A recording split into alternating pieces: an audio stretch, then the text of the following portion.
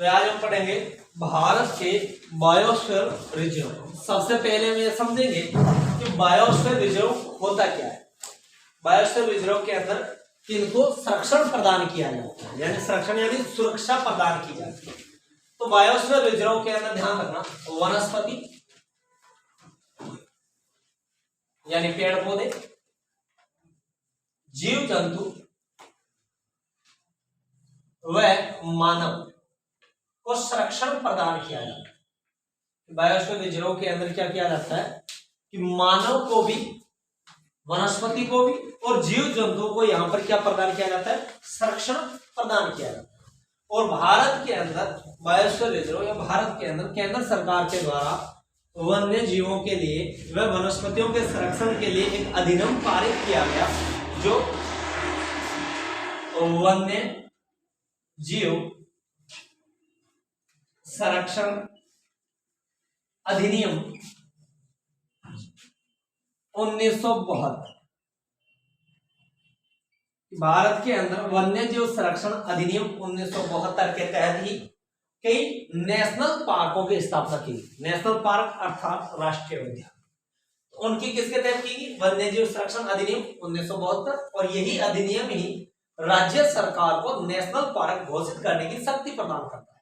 Question आए कि अगर कोई स्टेट अपने स्टेट के किसी घने जंगल जहां पर काफी जीव रहते हो और वहां पर आदिवासी जो व्यक्ति रहते हो, उनको संरक्षण प्रदान करने के लिए उसे वन्य जीव संरक्षण अधिनियम के तहत इन तीनों भागों के अंदर रख सकता है। या तो वो वन्य जीव अभयारण्य घोषित कर सकता है, या वो नेशनल पार्क घोषित कर सकता है, या बायोस्फीयर रिजर्व घोषित कर सकता है। लेकिन इनके अंदर संरक्षण तीनों को प्रदान किया जाता है, वनस्पति, जीव जंतु और मानव। बायोस्फीयर रिजर्व को हम जैव संरक्षण भी कह सकते हैं। बायोस्फीयर रिजर्व को क्या कह सकते हैं, जैव संरक्षण। अब बात ये समझे कि भाई ये जैव संरक्षण क्या होता है। तो आपने नाम पढ़ा होगा जैव मंडल, कि पृथ्वी एक ऐसा ग्रह है जिसके अंदर चौथे मंडल के रूप में जैव मंडल की खोज हुई है। तो जैव मंडल क्या होता है, देखिए कि ये हमने मान लिया एक डायग्राम के अनुसार कि यह हो गया अपना स्थल मंडल, यह कौन सा मंडल हुआ, स्थल मंडल, और यह हो गया अपना जल मंडल, और यह हुआ वायुमंडल। इन तीनों का जहां पर संगम होता है वही जैव मंडल कहलाता है, जैव संरक्षण कहलाता है। अर्थात ये वो मतलब कि इन बायोस्फीयर रिजर्वों के अंदर स्थल भी आता है जहां पर व्यक्ति रहते हैं, रिसर्च वाले व्यक्ति रहते हैं, और कुछ जलमंडल भी आता है। क्या आता है, जलमंडल, अर्थात मछुआरों का कार्य भी होता है, मछलियों को पकड़ने का कार्य भी किया जाता है। तो यानी कि ये किसके अंतर्गत आता है, जैव मंडल के अंतर्गत। तो हम नाम दे दे डायरेक्ट कि बायोस्फीयर रिजर्व या जैव संरक्षण, तो बात एक ही है ये ध्यान। और जैव संरक्षण या बायोस्फीयर संरक्षण के अंदर किसमें किया जाता है, तो वनस्पति, जीव जंतु और मानवों को क्या किया जाता है, संरक्षण प्रदान किया जाता है।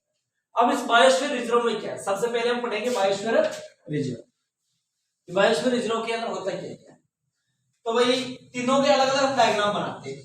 बायोस्फीयर रिजर्व को हम इस प्रकार से समझते कि बायोस्फीयर रिजर्व को तीन भागों के अंदर बांटा जाता है। इसको तीन भागों में बांटा जाता है, तो बायोस्फीयर रिजर्व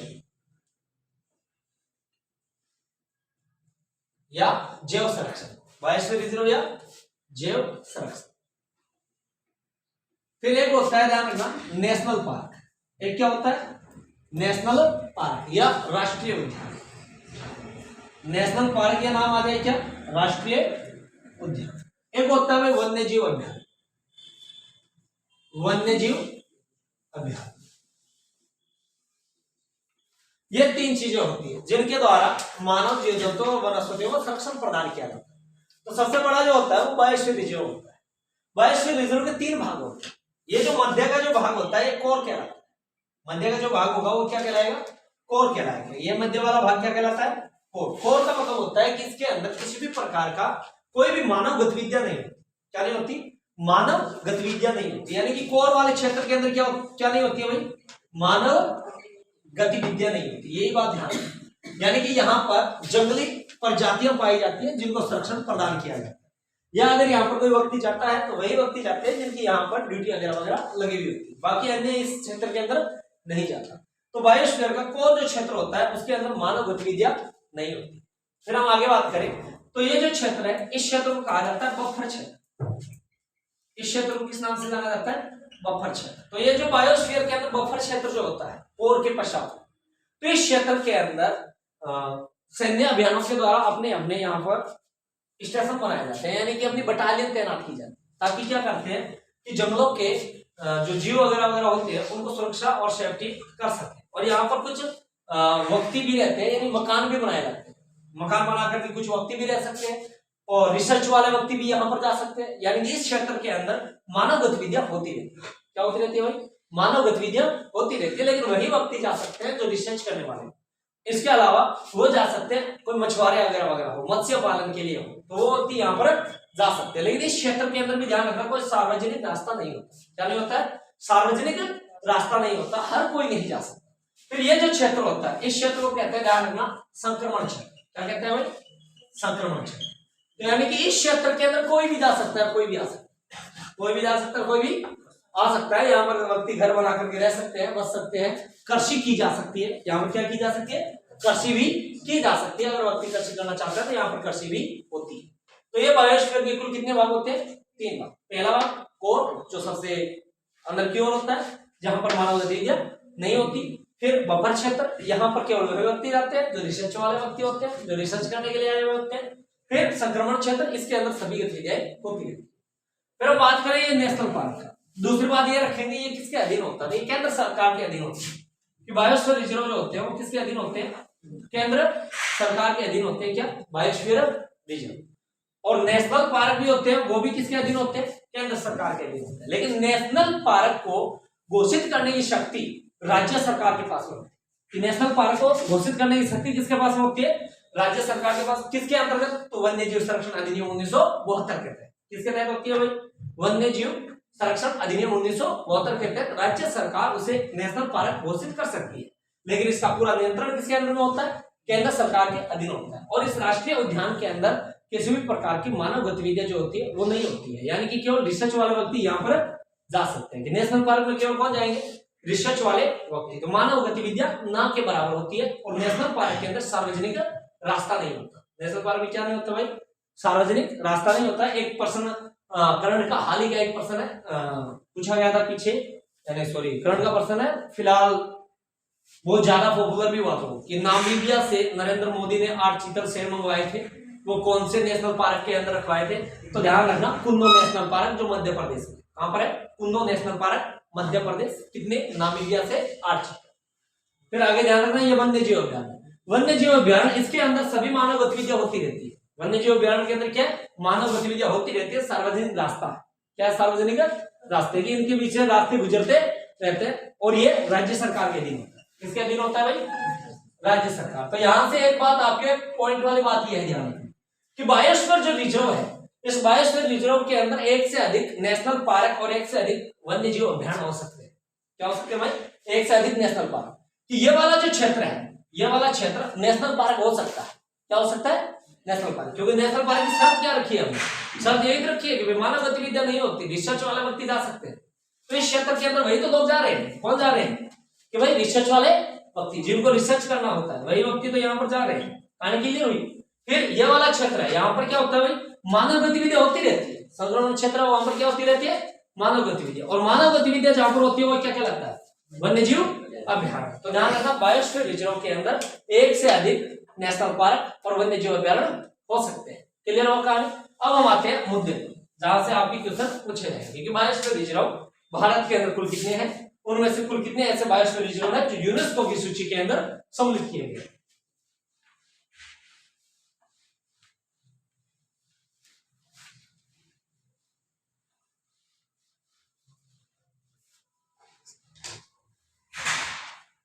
तो ध्यान रखना कि भाई भारत के अंदर जो रिजर्व क्षेत्र है वो कितने हैं? कुल 8 है।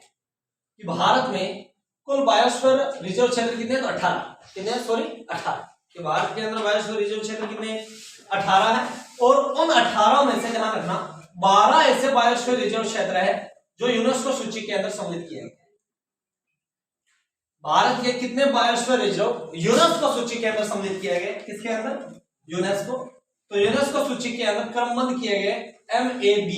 MAB का मतलब है man and biosphere reserve. Main and biosphere reserve directly प्रश्न ऐसा पूछ लिया गया कि यूनेस्को ने मेन एंड बायोस्फीयर रिजर्व का मतलब है मानव एवं जैव संरक्षण अधिनियम का प्रारंभ कब किया था। तो यूनेस्को ने जो ये एमएबी के अंदर रखना शुरू किया था वो 1971 के अंदर शुरू किया। कब प्रारंभ कर दिया था भाई? 1971 के अंदर। वेरी इंपॉर्टेंट प्रश्न है, डायरेक्टली पूछ लिया गया कि यूनेस्को के द्वारा मानव और जैव संरक्षण का प्रारंभ कब किया गया। तो यूनेस्को के द्वारा कब किया गया? 1971। जिसको ब्रैकेट में आपको डायरेक्ट नाम क्या दे दिया सकता है? एमएबी। क्वेश्चन ऐसा पूछ लिया जाए कि भारत के कुल कितने बायोस्फीयर रिजर्व है जो यूनेस्को के एमएबी विश्व धरोहर सूची के अंदर सम्मिलित है। तो यूनेस्को की विश्व धरोहर सूची एमएबी मानव संरक्षण के अंदर जो आ रहे हैं वो कितने? 12 है। अब हम पढ़ते हैं भारत के 12 बायोस्फीयर रिजर्व कि भारत के कौन कौन से 12 बायोस्फीयर रिजर्व क्षेत्र है जो यूनेस्को की सूची के अंदर सम्मिलित है। तो ये तो हो गया अपना भारत। और भारत के अंदर सबसे पहला जो बायोस्फीयर रिजर्व है जो यूनेस्को की सूची के अंदर सम्मिलित हुआ वो है, ध्यान रखना, यहाँ पर एक मैंने पहाड़ी पढ़ाई थी कि पश्चिमी घाट और पूर्वी घाट के मिलन पर स्थित पहाड़ी नीलगिरी की पहाड़ी। कौन सी पहाड़ी है?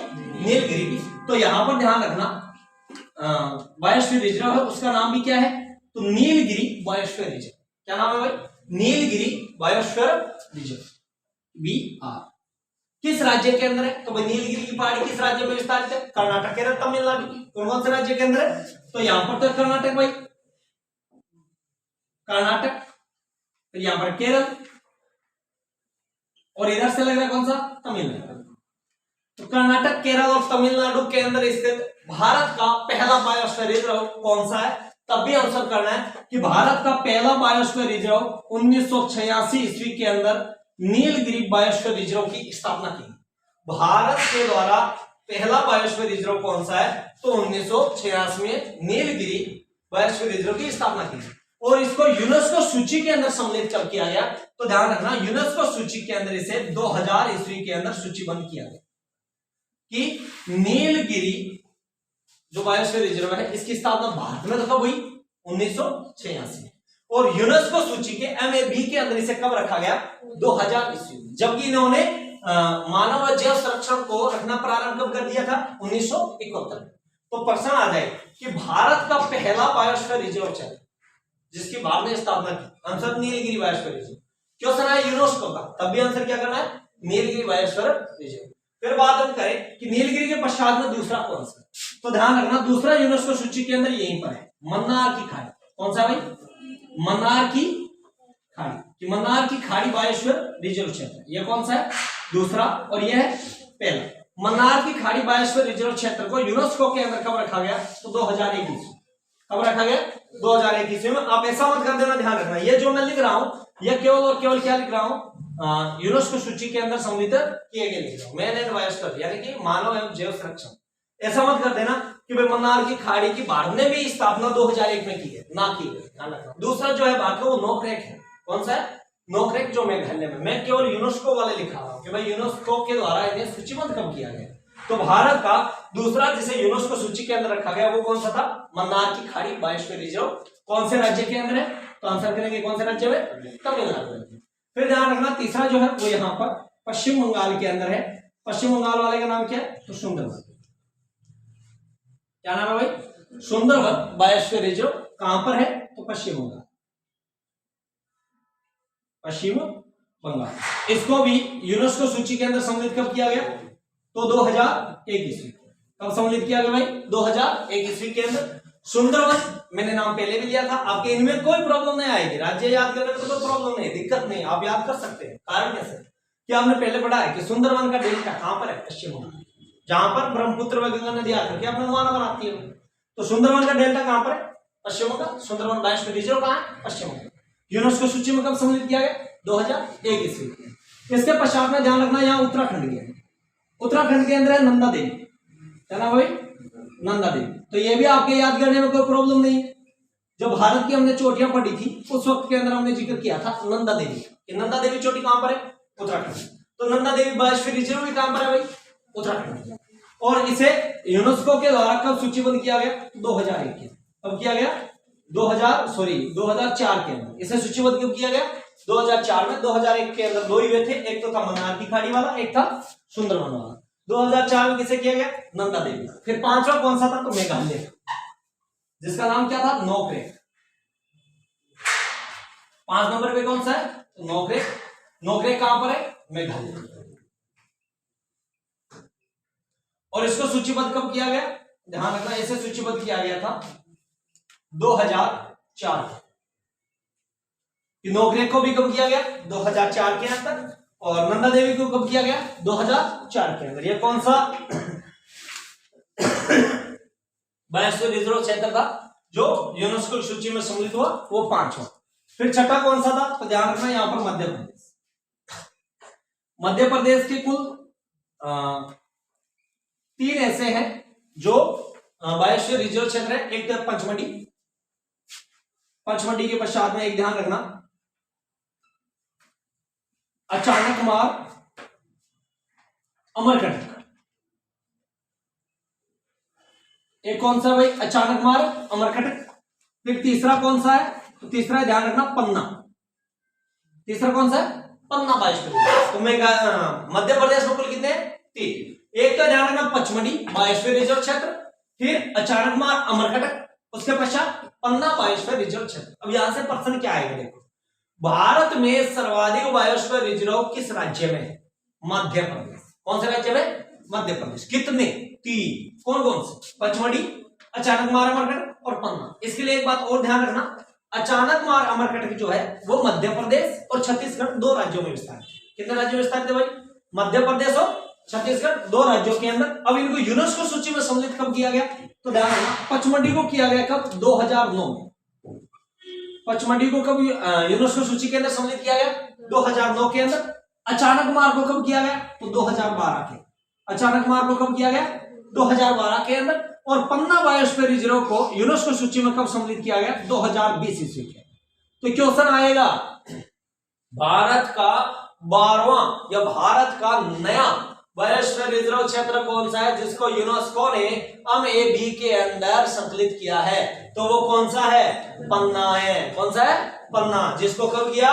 2020 ईस्वी के अंदर। और किस राज्य के अंदर है? मध्य प्रदेश। इसके पश्चात कौन सा? देखो 2009 के अंदर और कौन कौन से हुए थे? तो 2009 में एक हुआ था, ध्यान रखना, उड़ीसा का। कौन सा हुआ था भाई?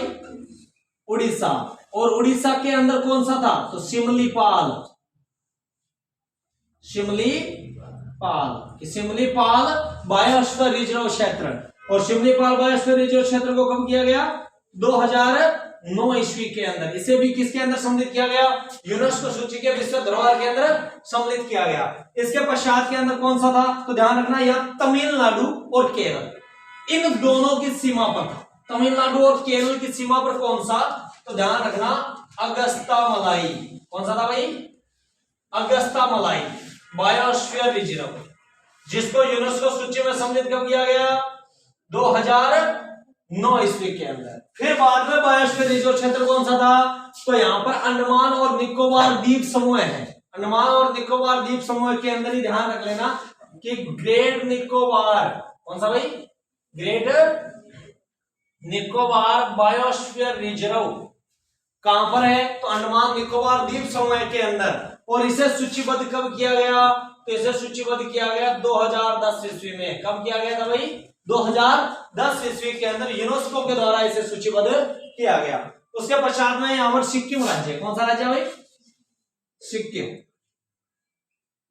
और सिक्किम राज्य के अंदर कौन सा बायोस्फीयर रिजर्व क्षेत्र है?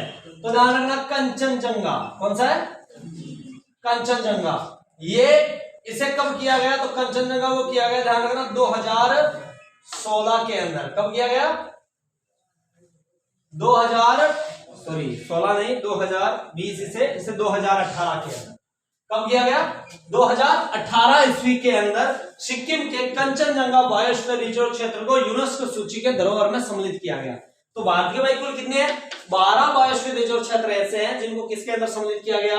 यूनेस्को सूची धरोहर के अंदर सम्मिलित किया गया। अब 12 कौन से? एक कौन सा? नीलगिरी। फिर उसके पश्चात मन्नार की खाड़ी। फिर कौन सा? अगस्ता मलाई। तो 3 तो ये हो गए। फिर सिमलीपाल 4, उसके पश्चात ग्रेट निकोबार कितना? 5, फिर नोकरेक 6, उसके पश्चात सुंदरवन 7, फिर कंचनजंगा 8, उसके पश्चात नंदा देवी 9 और 3 मध्य प्रदेश। 3 कहां पर है? मध्य प्रदेश। तो कुल 12 भारत के बायोस्फीयर रिजर्व क्षेत्र किसके अंदर सम्मिलित किए गए हैं? तो भाई यूनेस्को के MAB के अंदर सम्मिलित किए गए। अब हम बात यह करें कि वे 8 और कौन से हैं जो भारत के बायोस्फीयर रिजर्व क्षेत्र है। तो ध्यान रखना 8 और के अंदर एक तो है हिमाचल प्रदेश में। कहां पर है भाई? हिमाचल प्रदेश। हिमाचल प्रदेश के अंदर जो है उसका नाम है कोल्ड डेजर्ट। क्या नाम है भाई? कोल्ड डेजर्ट, या आपके नाम आ जाए शीत मरुस्थल। कोल्ड डेजर्ट या शीत मरुस्थल बायोस्फीयर रिजर्व, जो कहां पर है? हिमाचल प्रदेश के अंदर। उसके पश्चात में देखो ब्रह्मपुत्र नदी को याद करो। किसको याद करो? ब्रह्मपुत्र नदी। तो ब्रह्मपुत्र नदी के समय मैंने कहा था कि ब्रह्मपुत्र नदी जो है वो अरुणाचल प्रदेश के अंदर प्रवेश करती है। कहां से भाई? तो नामचा बरवा पर्वत से। कहां से करती है? नामचा बरवा। तब उसका नाम क्या था? दिहांग नाम था। क्या नाम था? दिहांग। तो ध्यान रखना अरुणाचल प्रदेश के अंदर एक बायोस्फीयर रिजर्व क्षेत्र है जिसका नाम है दिबांग या दिहांग। क्या नाम है भाई? दिबांग या दिहांग। तो ये कहां पर है भाई? अरुणाचल प्रदेश राज्य में। कौन से राज्य के अंदर है? तो अरुणाचल प्रदेश राज्य। क्या अरुणाचल प्रदेश राज्य के अंदर कौन सा बायोस्फीयर रिजर्व क्षेत्र? तो दिबांग या दिहांग राज्य। फिर जैसे ब्रह्मपुत्र नदी आगे प्रवेश करती है असम राज्य में जाती है। असम राज्य में जाते ही मैंने कहा था कि असम के अंदर डिब्रू सैखोवा नामक राष्ट्रीय उद्यान है। कौन सा नाम है भाई? डिब्रू सैखोवा। तो डिब्रू सैखोवा नाम का बायोस्फीयर भी है। कहां पर है? तो असम राज्य में। थोड़ी देर पहले मैंने बताया था कि बायोस्फीयर रिजर्व क्षेत्र में राष्ट्रीय पार्क हो सकते हैं। क्या हो सकते हैं? नेशनल पार्क हो सकते हैं। ये बात मैंने कही कि नहीं कही? तो असम के अंदर जो बायोस्फीयर रिजर्व है यहां पर, उसका नाम ध्यान रख लेना कि असम में ध्यान रखना 2 बायोस्फीयर रिजर्व क्षेत्र है। एक का तो नाम है मानस बायोस्फीयर रिजर्व क्षेत्र। क्या नाम है भाई? मानस बायोस्फीयर रिजर्व क्षेत्र। मानस का भी मैंने कहा था कि ब्रह्मपुत्र की सहायक नदी मानस नदी राष्ट्रीय उद्यान का निर्माण करती है। फिर दूसरा कौन सा? डिब्रू सैखोवा। कौन सा भाई? डिब्रू सैखोवा। तो ये दोनों के दोनों बायोस्फीयर रिजर्व कहां पर है? तो असम राज्य के अंदर है। इनके पश्चात के अंदर कौन सा? तो यहां पर गुजरात है भाई। कौन सा है? गुजरात। और गुजरात राज्य के अंदर कौन सा बायोस्फीयर रिजर्व है? तो ध्यान रखना कच्छ का रण। कौन सा भाई? कच्छ का रण बायोस्फीयर रिजर्व इस राज्य के अंदर है। आंसर करना है क्या? गुजरात राज्य के अंदर। और कौन सा बचा? तो ध्यान रख लेना आंध्र प्रदेश के अंदर। कहां पर भाई? आंध्र प्रदेश के अंदर, जिसका नाम है शेषाचलन। क्या नाम है भाई? शेषाचलन, जो कहां पर है? आंध्र प्रदेश के अंदर है। तो ये हो गया आपके क्या भाई? 18 के 18 बायोस्फीयर रिजर्व क्षेत्र। 12 तो हमने कंप्लीट कर लिए। 6 और कौन से जो यूनेस्को सूची में नहीं है? तो एक कौन सा भाई? हिमाचल प्रदेश का कोल्ड डेजर्ट। फिर दूसरा कौन सा? मानस, जो कहां है? असम में। तीसरा कौन सा? डिब्रू सैखोवा। ये भी कहां पर है?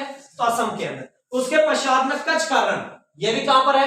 असम के अंदर। फिर उसके पश्चात में शेषाचलन 5वां, ये कहां है? आंध्र प्रदेश के अंदर। फिर उसके पश्चात में दिबांग या दिहांग, ये कहां पर है? अरुणाचल प्रदेश में। ध्यान रखना कच्छ का रण गुजरात के अंदर।